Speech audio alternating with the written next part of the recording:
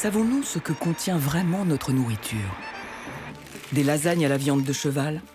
Des steaks frelatés?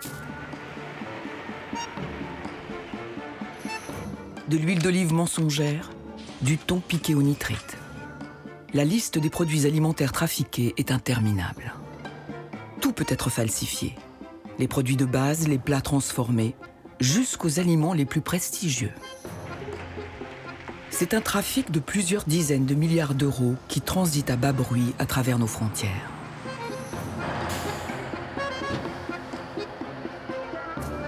Se plonger dans la fraude alimentaire, c'est se lancer à l'assaut d'une terre inconnue. Des lanceurs d'alerte, des industriels floués en dessineront les contours opaques. Des journalistes courageux, des magistrats opiniâtres permettront d'en comprendre les mécanismes.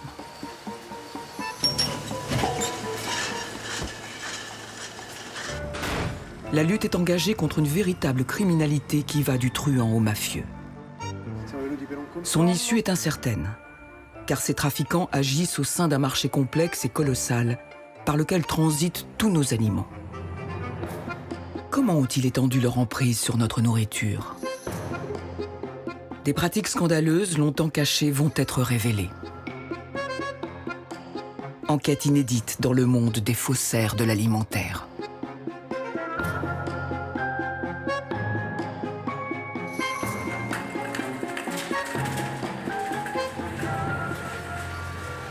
Un responsable est demandé en caisse 2. Demandez en caisse centrale, s'il vous plaît. Tibi en caisse centrale, merci.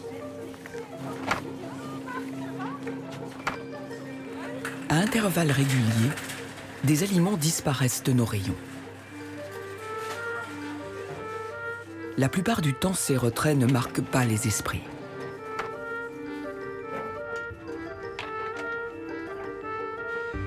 Pourtant, ils viennent jeter le doute sur cet élément aussi essentiel que l'air que nous respirons et avec lequel nous entretenons un lien charnel, notre nourriture, à laquelle nous consacrons une grande partie de notre existence. Merci beaucoup, bonne journée, madame.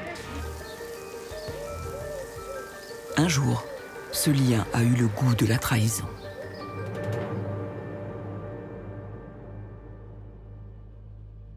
C'était à la fin de l'année 2012 en Irlande. Le directeur de l'autorité de surveillance des aliments remarque que le prix du bœuf a chuté. Il ordonne le séquençage ADN de la viande de 27 hamburgers prélevés dans le commerce. Nous avons trouvé un produit contenant environ un tiers d'ADN de cheval, ce qui était une découverte tout simplement incroyable. Nous avons vérifié une première fois, une seconde, puis une troisième fois, car nous avons compris que si nous rendions publique une telle histoire, elle aurait un effet considérable. Il s'agissait au départ de hamburgers, puis de lasagnes, puis de moussaka, de raviolis. Des tests systématiques effectués au printemps 2013 révèlent de la viande de cheval, là où on ne l'attendait pas. À l'époque, nous pensions que c'était un problème irlandais, mais ça s'est avéré être un problème mondial. Et des produits ont été retirés des rayons dans des endroits comme Singapour, Hong Kong et certains pays des Caraïbes. Donc en réalité, nous étions face à une fraude massive. Une fraude au cœur de la viande hachée. Le produit carné le plus répandu, notamment dans les plats préparés industriels. Cette adultération aurait pu, comme tant d'autres, passer inaperçue. Mais les autorités irlandaises ont joué la carte de la transparence. Leurs révélations ont soulevé une vague d'indignation sans précédent.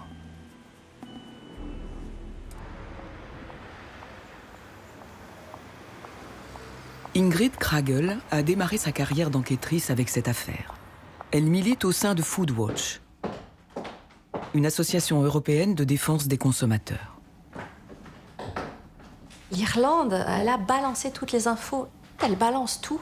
Elle balance les noms des marques, elle balance les lieux des points de vente. Elle demande aussi à l'industrie de faire des tests, toute l'industrie de la viande, des milliers de tests. Et étonnamment, elle met tous les tests en ligne. Toutes les informations sont disponibles et ça, c'était quand même exceptionnel. Cette substitution d'ingrédients concernait 4,5 millions de plats cuisinés, distribués par les plus grandes marques dans toute l'Europe.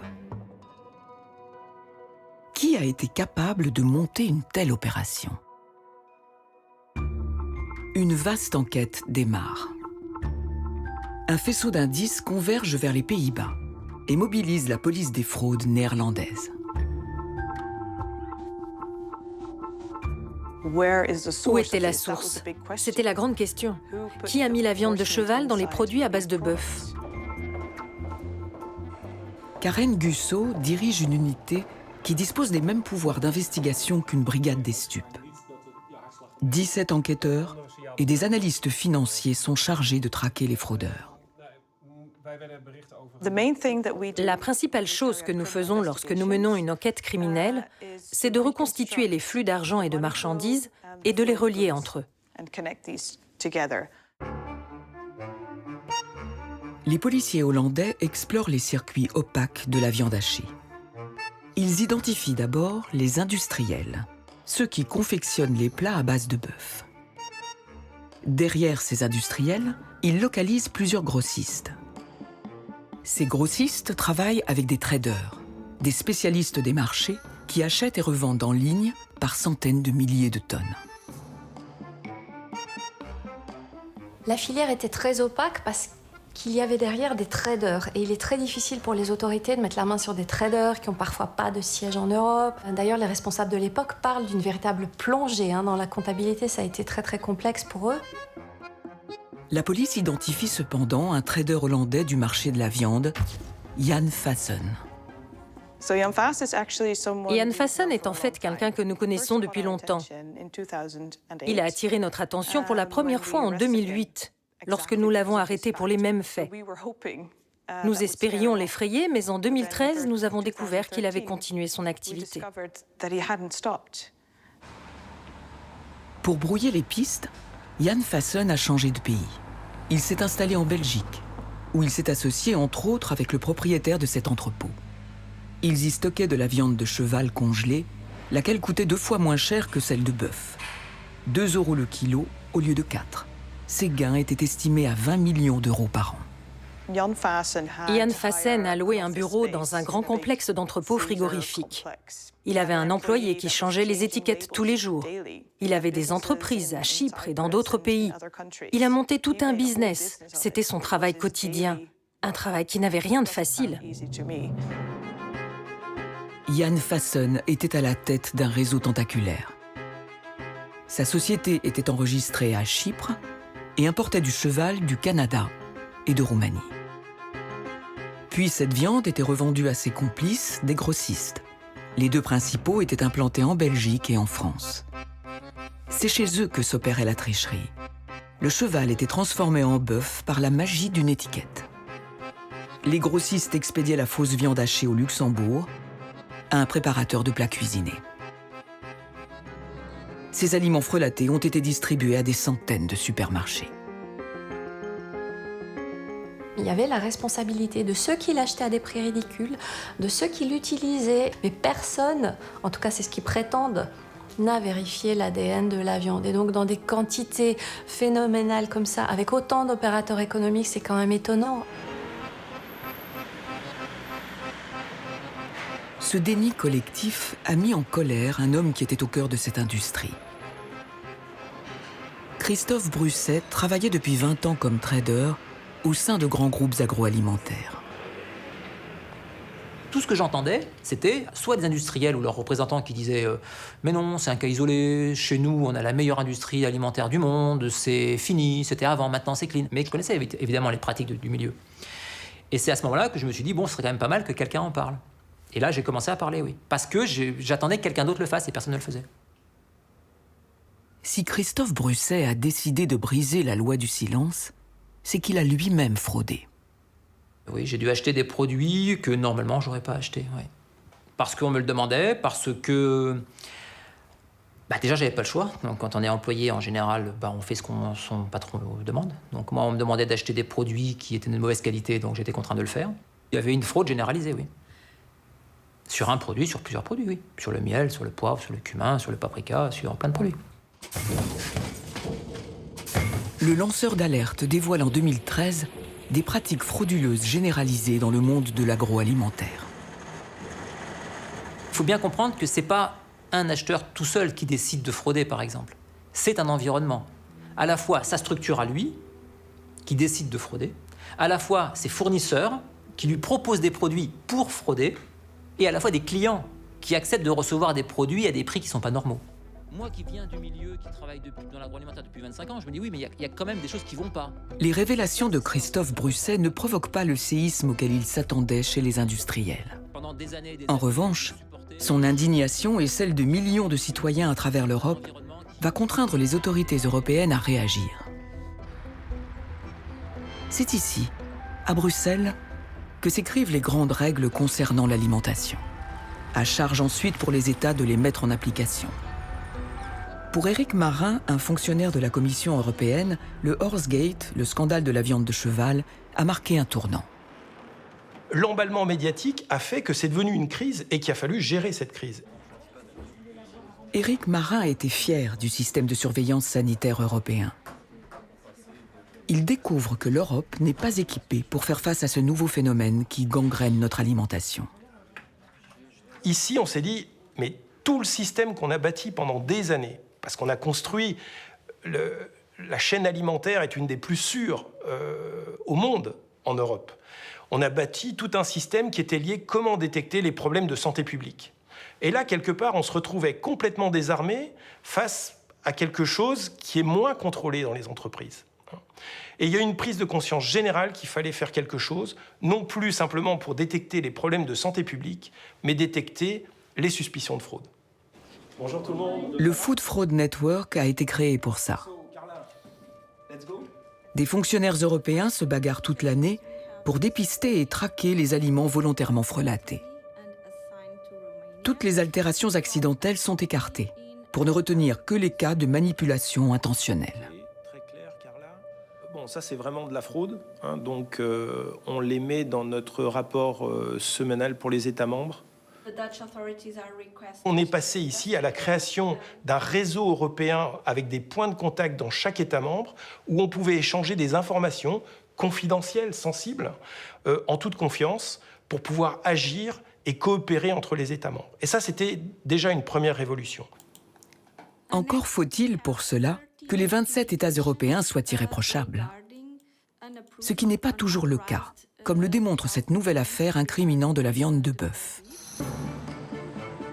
Elle surgit en 2019, 6 ans après le Horsegate.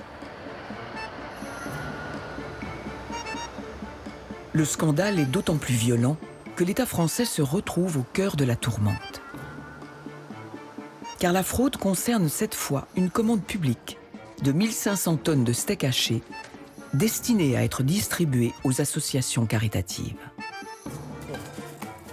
Ce sont elles qui donnent l'alerte en découvrant la couleur blanchâtre de ces steaks en provenance de Pologne.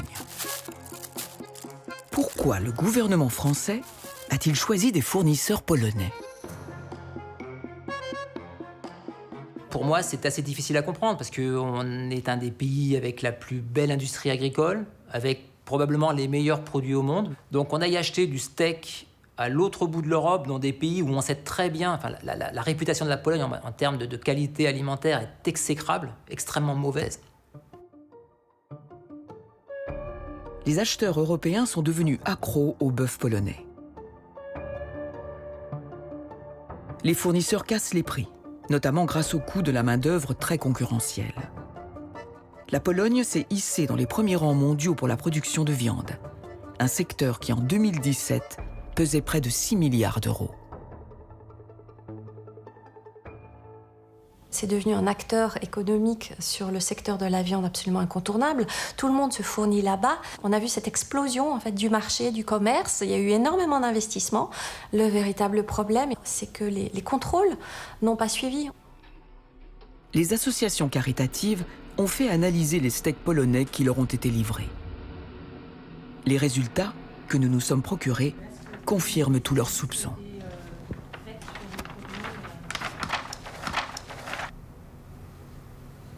Alors on trouve du tissu osseux, on trouve du tissu conjonctif, des glandes, des muqueuses, des tissus lymphoïdes, Donc en fait, voilà, ça a été remplacé par tous les sous-produits possibles et tous les déchets d'abattoir qu'on peut trouver.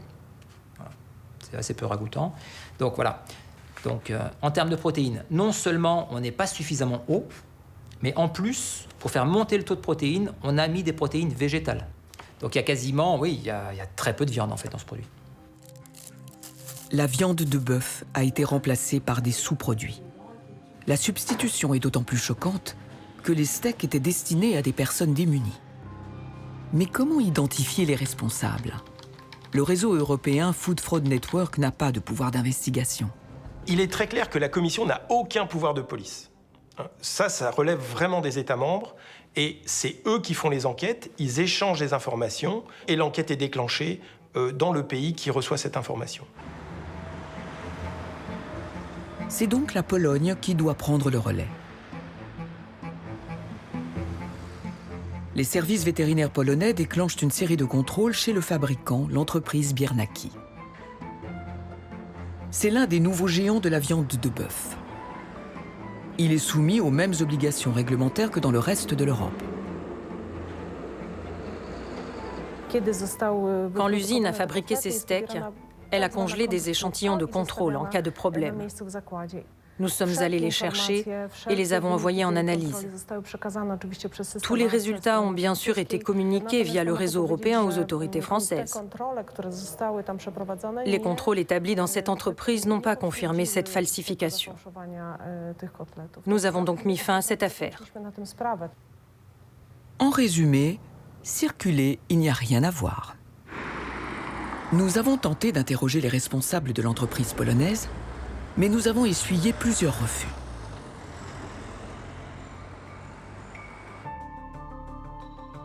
Mais au même moment, une autre affaire, sur laquelle 2 journalistes d'investigation polonais travaillaient depuis 6 mois, va relancer les soupçons sur toute la filière bovine du pays.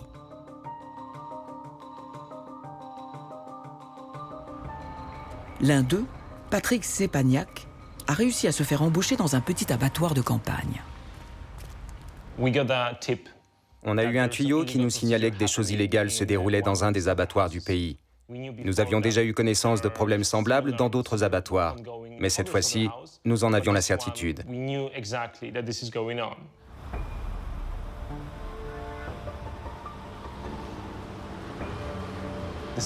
L'abattoir lui-même se trouve au milieu de nulle part. Il est donc impossible d'y jeter un coup d'œil sans attirer l'attention.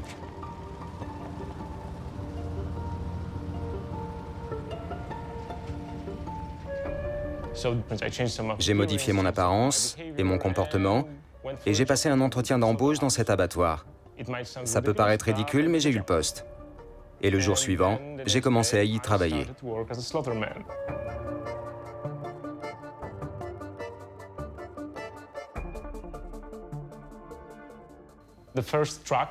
Les premiers camions de vaches malades ou mortes sont apparus. Quelques-unes avaient des chairs pourries, d'autres de l'écume blanche qui sortait de la bouche. Bien sûr, il n'y avait pas de vétérinaire. Le vétérinaire arrivait tôt le matin pour compter les têtes de bétail abattues, mais ne vérifiait jamais la viande. Il se comportait comme si toute cette viande bovine était apparue par magie au milieu de la nuit. Diffusée à la télévision, leur enquête a déclenché une crise politique. Je suis Thomas Patora de la télévision. Dites-nous un peu ce que vous faites ici. Car les journalistes ont ensuite démontré que d'autres abattoirs dans le pays avaient les mêmes pratiques. Ils achetaient à prix cassé des vaches destinées à l'équarrissage et revendaient la viande au prix normal. Ça a eu un fort retentissement et le ministère de l'Agriculture a dû prendre des mesures. Il a ordonné un plan de contrôle massif de chaque abattoir de Pologne. Il y en a environ 400. Mais les abattoirs inspectés en étaient informés une semaine à l'avance. Il n'y a donc jamais eu d'effet de surprise.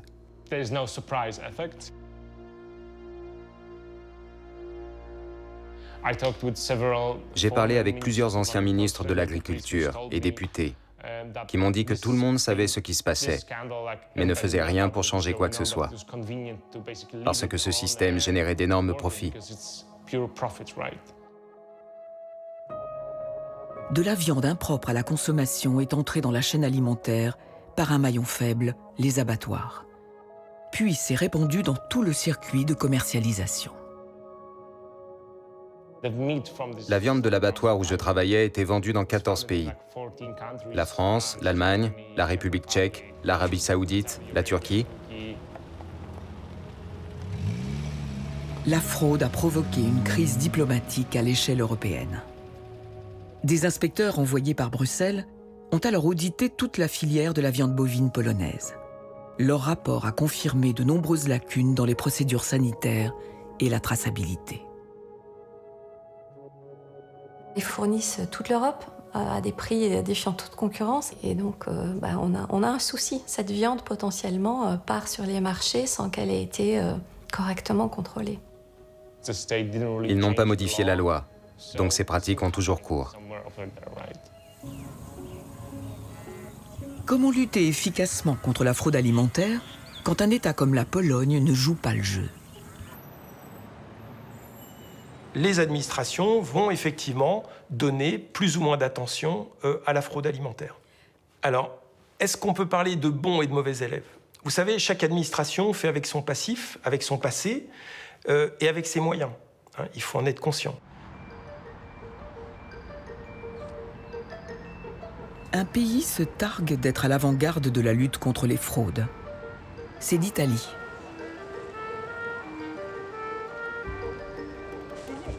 C'est le premier pays d'Europe à avoir mis en place des mesures de détection, et pourtant, il est submergé par les fraudes. L'assaut est à la hauteur du succès de la cuisine italienne, de l'attrait qu'exerce chacun de ses produits dans le monde entier.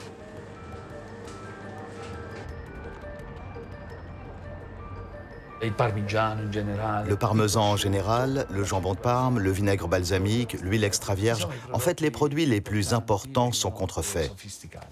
Ça détériore le marché et ça détériore l'image des produits italiens. Ludovico Vaccaro est l'un des rares magistrats italiens spécialisés dans les affaires criminelles qui touchent l'alimentaire.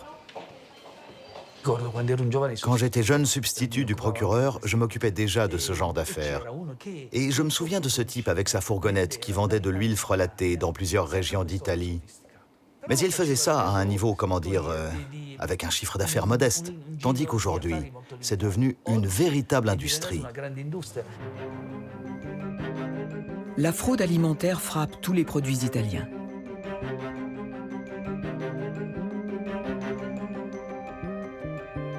Comment les autorités italiennes peuvent-elles faire barrage?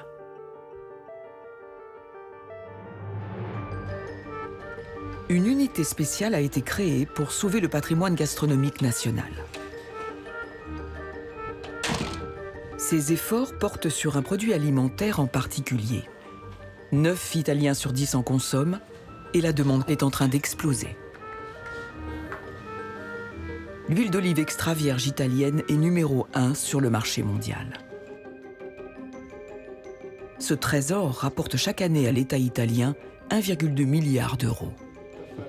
Ce produit ne se trouve pas en Italie, il est à l'étranger. Les faussaires empruntent le nom de véritables entreprises pour commercialiser leurs copies frelatées. Les contrôleurs italiens ont les moyens d'exiger que les plateformes de vente en ligne retirent immédiatement les annonces frauduleuses. Un système de contrôle assez strict a été mis en place. Il est beaucoup plus rigoureux que dans d'autres pays. C'est aussi parce que l'huile d'olive extra vierge est un produit sur la protection duquel le ministère de l'Agriculture a beaucoup misé.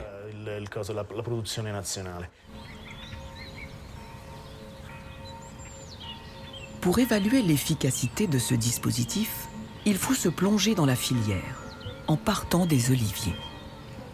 L'Italie est une terre de production ancestrale, et une région l'est plus que toute autre, c'est la Toscane.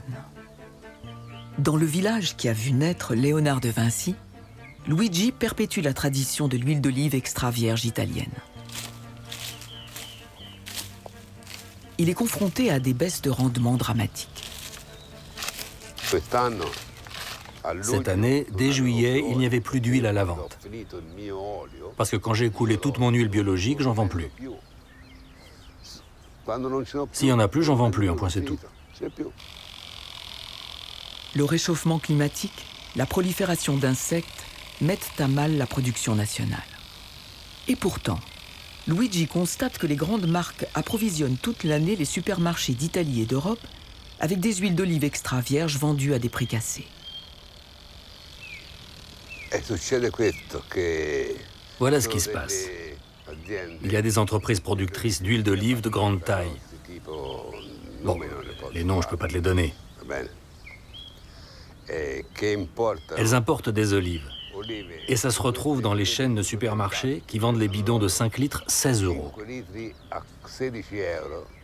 C'est une honte. C'est de l'huile merdique. De l'huile de merde.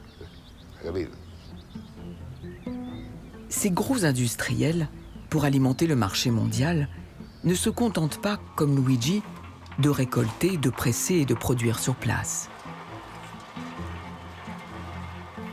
Ils élaborent, assemblent, parfument. Leur huile est le fruit de mélanges complexes dans lesquels entre une grande part d'huile importée. Et c'est par ce biais que la fraude s'engouffre.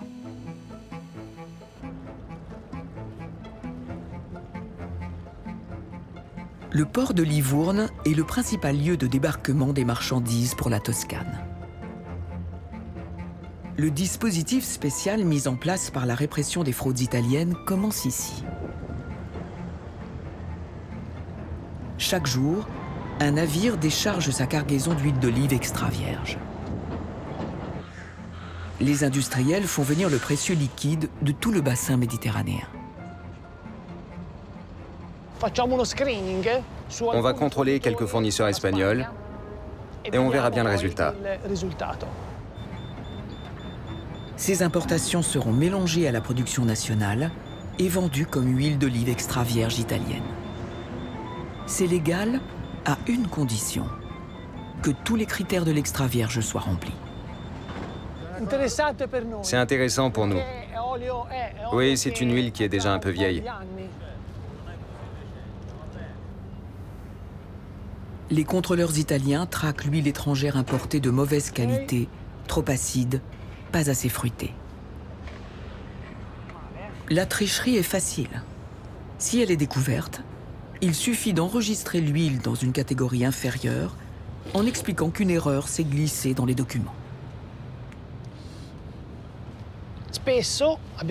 Il arrive assez souvent que l'huile soit déclassée par son acheteur pendant qu'on fait notre prélèvement. Qu'est-ce que ça veut dire ? Ça veut dire que l'entreprise savait très bien que son huile n'était pas bonne. Mais elle se dit, on va essayer et on verra bien. S'il n'y a pas de contrôle, tant mieux. Et s'il y en a un, elle déclasse son produit. Il n'est plus extra vierge avant même de partir en analyse. Les contrôles aléatoires sur le port sont donc d'une efficacité très limitée. C'est pourquoi les agents de la répression des fraudes ont déployé leurs efforts sur un autre maillon de la chaîne de fabrication. À quelques kilomètres de là, un producteur a accepté que nous suivions ce dispositif de surveillance unique en Europe. Bonjour. Nous sommes là pour un contrôle. Un système informatique permet aux contrôleurs de suivre en temps réel tous les producteurs d'huile d'olive extra vierge. Chaque livraison doit être déclarée.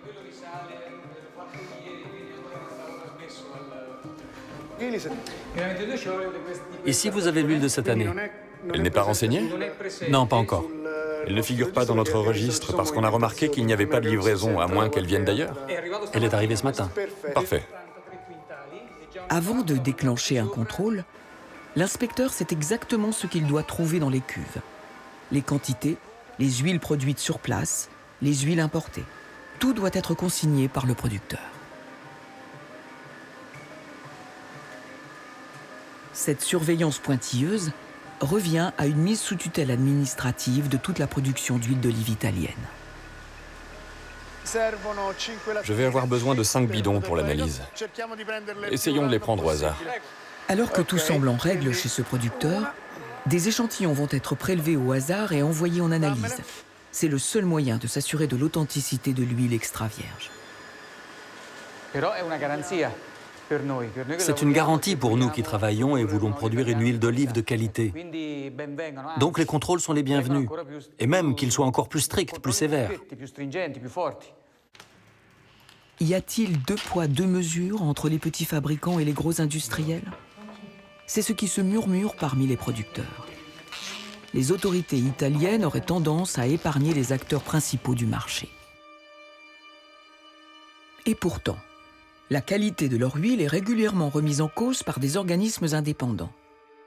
En mai 2021, Salvagente, un magazine italien de protection des consommateurs, a passé au banc d'essai 15 bouteilles d'huile de grande marque. Elles ont été envoyées en analyse dans des laboratoires publics. Résultat, 7 bouteilles sur 15 n'étaient pas extra vierges.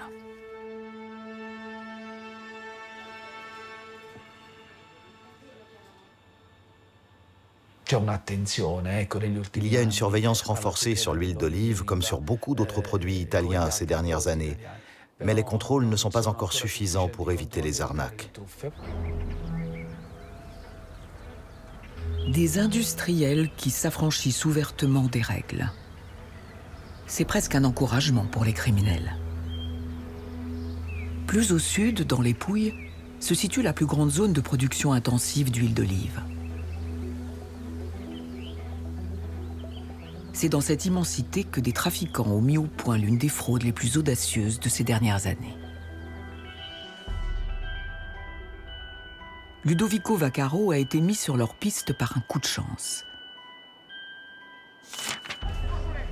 Nom de code, Opération Or Jaune. Cette affaire est née quasiment par hasard. On nous a rapporté que des bouteilles d'huile d'olive extra vierge étaient vendues à 3 €, 3,50 €. De nos jours, elle revient plus cher que ça à produire pour les paysans.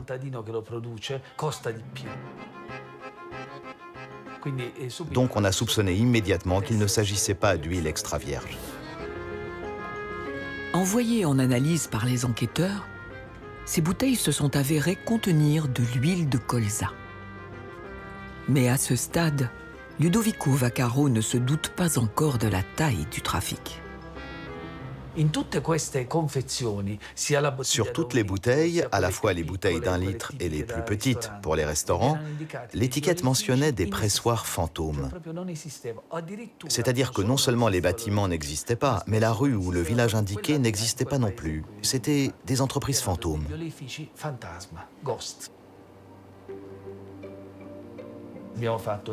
Nous avons placé des micros pour les mettre sur écoute.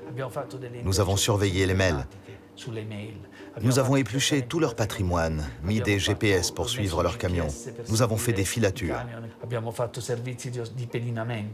En somme, c'était une enquête très complexe qui a duré 2 ans. Des méthodes comparables à celles utilisées contre la mafia. Dans ce cas précis, il s'agissait de toute une organisation clandestine composée de 34 personnes. Ici, on voit l'arrivée de l'huile en vrac, à peine débarquée en Italie, qui va être entreposée ici. Elle était importée par bateau-citerne de différentes parties du monde. Là, on voit les camions qui partent pour l'Allemagne. Il faut savoir qu'un camion comme celui-là a une capacité de plus de 20 000 litres. Regardez ces machines sophistiquées pour la mise en bouteille, celle-ci pour l'étiquetage. C'était une véritable industrie. Un réseau parfaitement structuré contournait le système de surveillance alimentaire italien. Les transporteurs importaient l'huile de colza le plus souvent de Turquie, de préférence périmée, à partir du port le plus proche, celui d'Ancône. Le chef de réseau dirigeait les opérations de métamorphose de l'huile de colza en fausse huile d'olive dans l'atelier clandestin. Les revendeurs la prenaient ensuite en charge et sillonnaient les routes pour la revendre à des restaurants italiens, mais aussi suisses et allemands. Certains d'entre eux étaient prestigieux et même fréquentés par la chancelière allemande ou le président italien.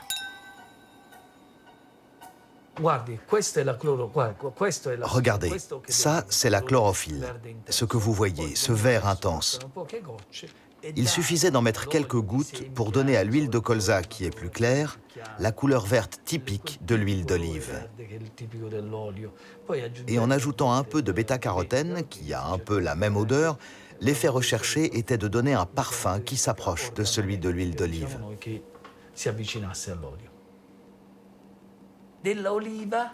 Il n'y avait pas l'ombre d'une olive. Même pas une toute petite partie. C'était de l'huile 100% sans olive. Dans les écoutes, les trafiquants se frottent les mains. Contrefaire l'huile d'olive, c'est tellement facile et ça rapporte gros. Faisons un peu de calcul. L'huile de colza arrivait par bateau en Italie. Avec le coût du transport, elle revenait à 70-80 centimes le litre, maximum. Puis elle était transportée dans le village. Là, elle était adultérée. Son prix de revient final, 1,10 €, 1,20 € maximum. Mise en vente par les membres de l'association de malfaiteurs à 3 €, 3,50 €, ça représente déjà un énorme gain. Mais à leur tour, ces intermédiaires, qui faisaient partie de la combine, la revendaient à un prix encore plus élevé, entre 5 et 10 €. En 2 ans, les fraudeurs ont encaissé 7 millions d'euros. Un des suspects avait déjà été arrêté et jugé pour fraude alimentaire, en tout une dizaine de fois. C'est une affaire qui dure maintenant depuis une trentaine d'années. L'impunité semble régner dans les dossiers de fraude alimentaire. Les sanctions pénales qu'encourent les personnes mises en examen dans ce genre d'affaires ne seraient pas suffisamment dissuasives. Les peines encourues sont légères, ce sont des condamnations qui vont jusqu'à 2 ou 3 ans de prison. Mais dans la pratique, elles peuvent être beaucoup plus réduites. Vous avez beaucoup moins de risques en termes de sanctions judiciaires que si vous avez trafiqué sur de la drogue, des armes ou autre chose. Donc, forcément, c'est un secteur qui attire les fraudeurs. Rien d'étonnant dans ces conditions à ce que les mafias italiennes se soient penchées sur ces nouveaux trafics. Désormais, les brigades antimafia découvrent de la falsification alimentaire parmi d'autres activités clandestines comme les armes ou la drogue. En 2017, à l'occasion de l'arrestation de l'un des plus puissants clans de Calabre, les policiers italiens ont mis la main sur une fausse huile d'olive fabriquée à partir de lubrifiants industriels et exportée aux États-Unis. La mafia et les organisations criminelles en général vont toujours dans la même direction, là où il y a du business et de l'argent à se faire. Vous avez des entreprises qui sont mafieuses, mais elles ne vous le disent pas, quoi. Vous ne le savez pas. Vous avez des belles entreprises qui sont détenues en partie par la mafia, mais ils ne vont pas vous le dire, nous c'est la mafia, bienvenue chez nous. La mafia a infiltré des marchés de gros et des chaînes de supermarchés de grands groupes européens. Jusqu'où étend-elle son emprise ? On voit la mafia évoluer vers des formes de criminalité plus sophistiquées. Elle ne se contente plus d'extorquer de l'argent aux commerçants ou aux chefs d'entreprise. Ce sont les criminels eux-mêmes qui deviennent entrepreneurs. C'est un saut qualitatif.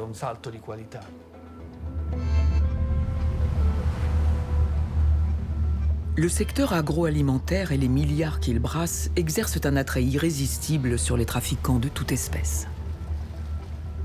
Et on ne connaît sans doute que la partie émergée de ce monde opaque. Car une partie toujours plus importante de notre nourriture provient d'autres continents. Sous les effets de la mondialisation, toutes les filières de l'agroalimentaire font venir des aliments à des prix plus compétitifs pour des montants toujours plus élevés. Souvent, les produits qu'on achète, nous, en tant qu'acheteurs ou traders, on ne les voit pas. Donc pour nous, c'est juste un nom, une ligne de code sur un écran ou un cahier des charges. La mondialisation, elle augmente le risque de fraude parce qu'on perd le contrôle de la longueur des chaînes, des intervenants, tout le long de la chaîne d'approvisionnement. Un aliment en particulier fait l'objet de trafics internationaux. Il est synonyme d'une alimentation saine et pourtant, c'est l'une des denrées les plus frelatées. La mainmise des fraudeurs s'est accélérée depuis que le poisson n'est plus pêché dans les zones côtières, mais dans des mers lointaines. Le thon, en particulier, a déchaîné l'imagination des fraudeurs.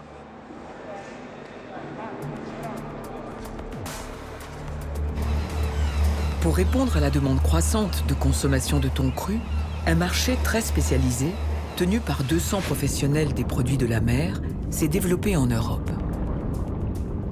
Ce poisson est pêché dans le Pacifique ou l'océan Indien, puis congelé rapidement à moins 18 degrés. Sa chair rouge est très prisée. Elle coûte cher. L'apparition de thon cru à prix cassé va donner l'alerte.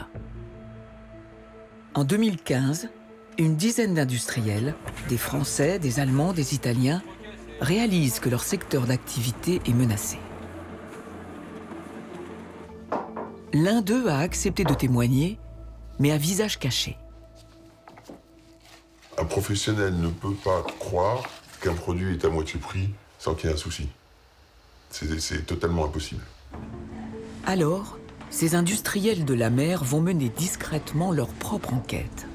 En cherchant à comprendre, on s'est rendu compte qu'il y avait, comme c'est assez souvent le cas maintenant, un ajout d'eau pour faire baisser le prix de revient. Le but de l'ajout d'eau, c'est la compétitivité. Une grosse partie des filets de poisson surgelés, voire même frais, sont souvent injectés au saumure. Donc vous avez dans le produit une injection sous pression de saumure avec des polyphosphates, avec des éléments qui permettent de conserver l'eau à l'intérieur. Des pratiques illégales, en provenance d'Indonésie, du Vietnam, de Chine. Gorger d'eau ainsi les poissons permet d'accroître leur poids et de les vendre plus cher. Une technique de fraude très répandue. Mais il y a beaucoup plus grave dans le cas du thon. On s'est rendu compte qu'il y avait surtout un changement radical de matière première. La qualité n'avait rien à voir avec la qualité perceptible par le consommateur. Et cette différence, elle est générée par des traitements chimiques. Cette découverte, ils l'ont filmée discrètement lors d'une visite chez un concurrent espagnol. Ils s'aperçoivent ce jour-là de l'existence de curieuses machines, au travers desquelles défilent les longes de thon de couleur marron.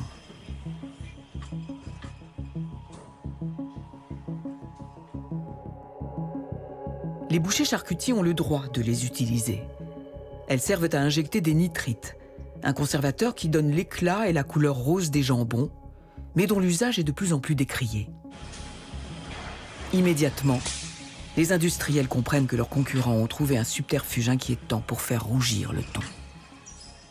Le thon a une particularité, c'est que le consommateur juge sa valeur par sa couleur. Donc s'il est rouge, il vaut plus cher, s'il est marron, il vaut pas cher.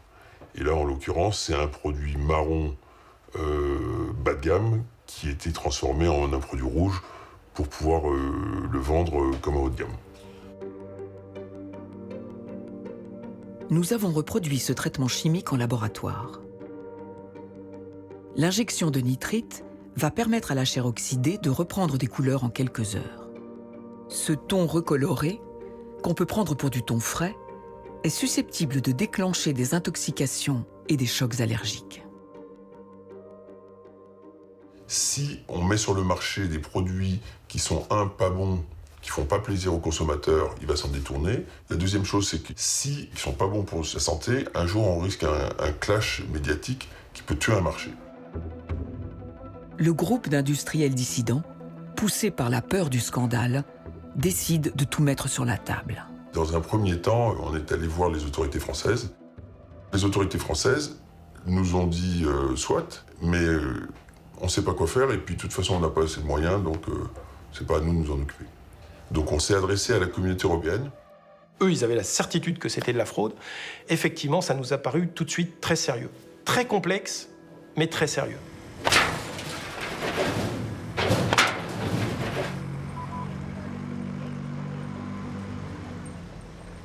En 2016, une perquisition de la police espagnole démontre que les lanceurs d'alerte ne se sont pas trompés. Au sol, des thons pêchés au Salvador, au Panama, dont la chair marron indique qu'ils ne devraient plus être consommés crus. On retrouvera aussi les machines à injection et des doses en quantité élevée de nitrite. Malgré toutes ces preuves, les industriels espagnols incriminés se défendent. Vous avez des industries qui viennent avec des juristes et qui vont dire que ce qu'ils font est légal. Et donc, il y a une pression qui s'établit sur les autorités compétentes. Donc, les autorités compétentes, avec le soutien juridique de la Commission, ont établi que les industries, celles-ci espagnoles, donc, utilisaient ces produits à tort et donc leur ont interdit de les utiliser. Et pourtant, la fraude a continué. En 2017, on dénombrait en Europe 454 cas d'intoxication dus au thon piqué au nitrite. C'est une manipulation dangereuse pour la santé. La Commission européenne se devait de réagir. 80% du secteur qui fournissait ce thon frais était affecté. Donc ça voulait dire qu'on avait quasiment tout le marché européen qui était affecté par cette fraude. Donc ce qui s'est passé, c'est qu'on a monté ces opérations, cette fois-ci, dans le cadre d'Europol. Europol, l'agence européenne de lutte contre la criminalité, parvient à mobiliser les polices de 11 pays différents. Cette opération a permis le démantèlement en 2018 de l'un des plus vastes trafics alimentaires. À la clé, des saisies records de 131 tonnes de thon. Ça a été la première collaboration sur un sujet européen et ça a été un franc succès. C'est l'un des plus importants trafics démantelés à ce jour. 79 criminels sont arrêtés dans toute l'Europe dans plusieurs ateliers clandestins, notamment en Espagne, mais aussi en France, en Italie et à Malte. Grâce à la mise sur écoute du réseau, les enquêteurs ont appris que les quantités de nitrite employées étaient telles que les fraudeurs se plaignaient d'être pris de violentes démangeaisons en les manipulant. Les gains estimés défient l'imagination. Jusqu'à 12 millions d'euros de bénéfices par an. Une fraude incroyablement lucrative et qui n'a pas pris fin avec le démantèlement spectaculaire de ce réseau. Malgré une vigilance accrue des autorités de contrôle partout en Europe, des thons piqués avec différents produits chimiques sont régulièrement détectés.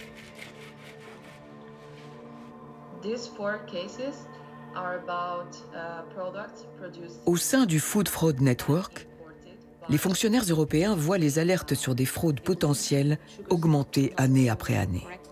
Elles touchent désormais toutes les denrées.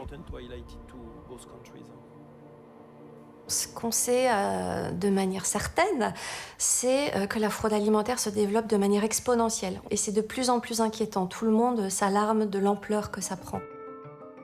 Comment faire face à un tel raz-de-marée ?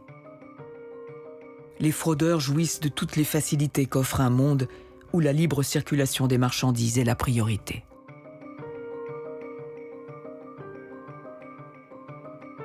Tout au long de nos chaînes d'approvisionnement, les responsabilités qui échoient aux industriels sont donc immenses. Les importateurs, les traders, les transformateurs, les grossistes, légalement, tous sont garants de l'authenticité de ce que nous mangeons. Pour cela, ils réalisent chaque année des milliers de tests, appelés autocontrôle. Mais impossible de savoir combien de fraudes sont détectées de cette façon. Les résultats de ces autocontrôles sont tenus dans l'ombre. Il faut savoir que la fraude alimentaire, si les industriels la constatent par des autocontrôles ou sont au courant ou ont relevé ça sur leur chaîne d'approvisionnement, eh bien, ils n'ont absolument aucune obligation de faire remonter l'information aux autorités. Et ça, c'est un vrai problème. Seules les fraudes dangereuses pour la santé doivent obligatoirement être dévoilées aux autorités. Les autres, plus nombreuses, dépendent du bon vouloir des industriels. Les industriels ne rapportent encore pas assez aux autorités compétentes les suspicions de fraude qu'elles font. Il faut bien avoir conscience que l'industrie, ce sont eux qui font le plus de contrôles. Il faudrait améliorer la réglementation européenne pour faire peser des nouvelles obligations sur les industriels. C'est une question de volonté et de courage. De courage, d'indépendance par rapport au lobby, par exemple. D'accepter d'être moins copain-copain avec les grosses multinationales, d'être moins dans la main avec la finance. Donc ça veut dire réellement considérer que la priorité est du côté du consommateur et pas de l'industriel ou de ceux qui ont les poches pleines. Cette impunité s'étend jusqu'aux représentants des grandes chaînes de distribution. Ils ont eux aussi l'obligation légale de mettre en rayon des denrées conformes à ce qu'elles prétendent être.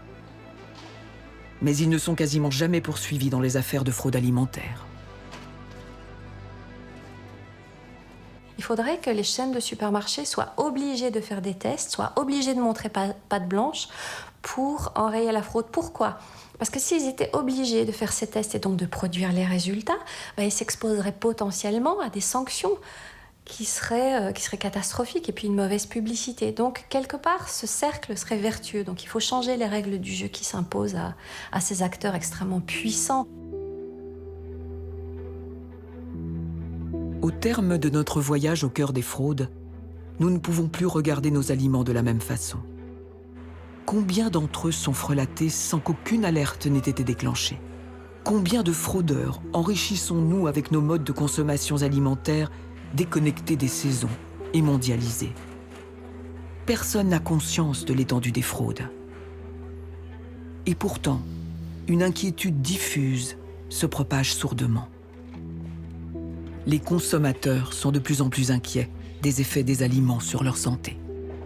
En s'attaquant à notre nourriture, des criminels et des professionnels malhonnêtes aggravent ce sentiment de vulnérabilité.